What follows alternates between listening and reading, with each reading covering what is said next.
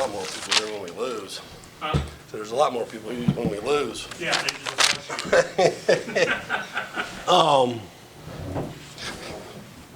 Today's game was the culmination of what was a wonderful weekend here on campus. Yesterday was a very emotional day. I spent a lot of time with Skip Prosser's wife, Nancy, in my office. I think she made me cry like 3 times. I got a picture of Skip in my office. And so that was very meaningful to me, and I felt like it was to her.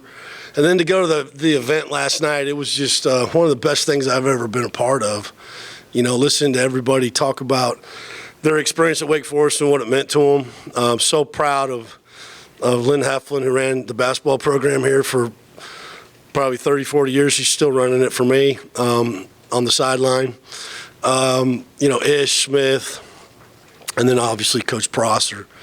Then we had a lot of alumni back. And then, today's indicative of our fan base to me, how wonderful they are, how supportive they are, how loyal they are. I know they get upset. I get upset. But what an unbelievable environment to play in today. And our players and our staff surely noticed it. And I'm so proud to be the coach. We don't make a lot of threes, so we got to get points in different ways off turnovers and free throws. The first half, we only got 2 free throws, but we went 17-17 in the second half, got to the rim. Just did a better job of spacing, I thought, to get Cam and Hunt opportunities in there. We're only 7-15 at the rim in the first half. We were 11-18 in the second. I thought Ty Johnson set the tone early defensively for what was going to be a 40-minute battle. I thought he was very aggressive. He turned Burton over 6 times, or we did as a team. Only made 1 3 in the second half. And then about 7 minutes left in the game, Cameron Hildreth decided he wanted to guard him again, and he did an unbelievable job, and he just willed us to a win on both ends of the floor. I don't know how you can't like that guy. He's just an incredible competitor and a really, really good player. So I'm really happy for our team. It's our 20th win and 12th win in the league, and we still got 2 more great opportunities. Steve, I thought the sense of urgency really kicked in about 5-minute mark, and they really kind of got what you wanted out of them. We turned it up, defensively. Hey, look, they punched. They came at us in the second half, and I went into the zone, but it wasn't very effective.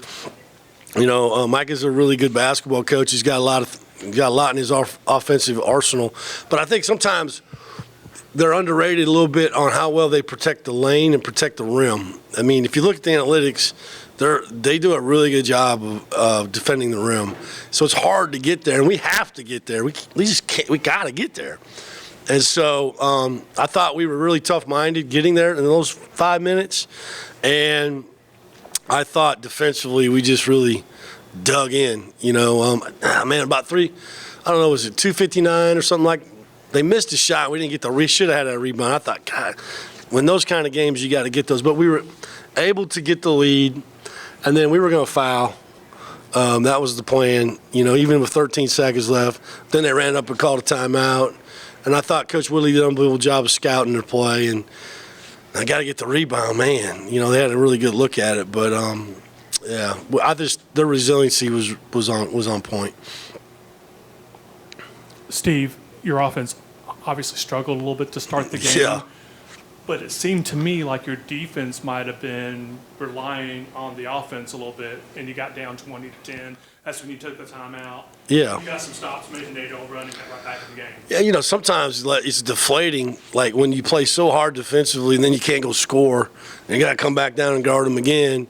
But I thought for the most part we stayed, pretty resilient defensively, and they're hard to guard. I think they're a top 70 offense in the country, But for the most part, we didn't let our offense dictate how we defended. And, sometimes we haven't really done that much this year. Obviously, last couple games we haven't defended like we want to. But I think we still lead the league in defensive 3-point field goal defense or something like that. Question again was? It was if you let your offense dictate your defense for that brief moment. Yeah, maybe. They get. I think. All the time out. Yeah, I just felt like you don't ever want it to go above 8 or 10, and at least burn one. And maybe, it's. I think this. And I agree or disagree. I thought we had a lot of balls that were in and out. Man, golly, Hunter had a bunch roll in and out. Had a couple of threes I thought were down and banged out. Juke made a big three in the second half to take the lead. Maybe is that right? Yeah, I think it's a little bit of human nature sometimes. Speaking of Hunter, he started off really poor from the floor. Yeah. A lot of shots that are usually automatic for him that don't go down. Yeah. But still down the stretch, he found the will to make the plays to win. Mm-hmm. What does that say about him? Just the quality of player that he is, and he's not, he's going to stay with it. He's mentally tough. Hunter is not a very emotional player at times, but he's a very tough-minded kid, and he was down on himself. And I think he and Trey at halftime were 3 for 15, and Trey had. Point-blank shots. Somebody was yelling, throw it, get it inside. I'm like, man, we're in there. We've been in there all game. We just weren't finishing. And so, it was a physical game in the post especially, but credit to him to just stay with it. And he made the ones we had to when he needed and made the free throws.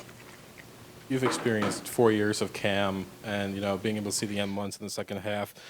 Is tonight a culmination of how much he's matured over the past 4 years, just not only in terms of leadership, but as a player as well? Yeah, no question. He, that's the great thing when you have the honor of coaching somebody for 4 years. You can see that with them, right? And that was the hard thing for me coaching junior college for 11 years. I never got to see what I thought was the best version of them. You know what I mean? They were out the door and. I was proud of them. I was happy for them, but I never got to really coach them their junior, senior year. And that's been the greatest thing about Cameron, looking at him from his first year to this year. He's made himself into an all-league level player. And don't underestimate, for 3 straight years, he's averaged double figures in the ACC. And by far our best defender. And I think he's been an all-defensive ACC player. And he's in, and here's the thing, again, everybody knows the story, but to choose a school that you never visited, to choose a coach you never met, to come here and then not leave. And it wasn't always good. Okay, his freshman year, I'll never forget this. He drove the ball. I kept telling him, you can't drive the ball back to where it came from. And it was when we won at Virginia that year. And I told him, if you drive the ball back where it came from against Virginia, it'll be a car wreck in there. And he did, car wreck. And I said, okay, sit down. And I didn't play him for about 4 games. But he never complained. But just had to send the message, man. And he's got a lot more basketball. We got more basketball in front of us. But what a great game for him. What a great stretch. He's playing down the stretch. He's really playing well. Steve, you mentioned 20 wins. You've been here 5 seasons, 3 times 20 wins, and then I think 1 season was 19 wins. Is that significant in this day and age? It used to be, because we probably played, I don't remember, 28 games maybe. So, I don't scoff at it, We're just in a little different time now. I think probably more important would maybe the 12 league game wins now. We still got 2 more opportunities. I'm not sitting here banging the drum that we won 20, but it could be another way, or it could be 20 losses. Sometimes it feels that way. I felt that way for the last week. It's hard. When you not playing well and you have high standards, high expectations, and you don't get it done. It grinds on you. And I'm really proud of our players. I think what it does say, and you throw out the COVID year, it's consistent winning. Okay, if there's anything you could ask me about my career as a head coach or as even as an assistant, it's just we have consistently won. Okay, we didn't always win the championship, but we won at East Tennessee State. We won like 24, 27, 25, 24, 30. If you take out the COVID year here, we've won 25, 19, 21, 20. So I'm proud of that. Does that get you in the tournament? No. Does that make everybody happy? No. And I'm not sitting here saying, hey, you guys owe me a big thank you or praise. I'm not. I'm just stating the facts, and I do think in this day and age, winning consistently is a lot harder because of the turnover in your roster. And so, but 2020 is a good year, but we have higher expectations of that, and we've left some on the table that really, probably should have been our 23rd, 24th win, but you can't go backwards. You got to go forwards. And so that's all we could do. We got a great opportunity on Monday at Duke, and then come home and play Georgia Tech and play in the tournament. Definitely even some on the table. Do you feel like your team kind of needed to feel what it was like to win again? Yeah. The way the last week or so has gone? No question. We had to get back to who we were, and who we are. I shouldn't say were. I needed them to feel that. They needed to feel that way. And we didn't talk a lot. Like yesterday, we just walked through. We didn't spend a lot of energy, getting a little tired. And I think when I wrote on the board today, it was just our identity. This is who we got to be. This is an identity game. It's not about this, that, whatever. Heart, smart, together, every time. Share the ball, gritty, grimy, tough. And I mean gritty, grimy, tough, not talking about it, doing it. 2 hands on those balls and execute on both ends. And I thought, for the most part, we did a pretty good job of that. And then the possession before last for Notre Dame, was that a foul you gave, or was it just reaching in for the ball? No, we tried to foul. Okay. So then you tried to foul with 10 seconds ago. Damn right. I wasn't playing the odds on this game. I mean, I was playing the odds in my favor that they're going to have to make 2 free throws, and then we're going to have to go back down and foul us. I didn't want to give them a 3. I don't. People you can argue that either way if you choose. I know the last time I didn't do it, we got beat by Loyola Marymount, and every other time we've done it, we've won. And we did it at Wisconsin early. 10, 12 seconds. Chucky Hepburn was playing for them.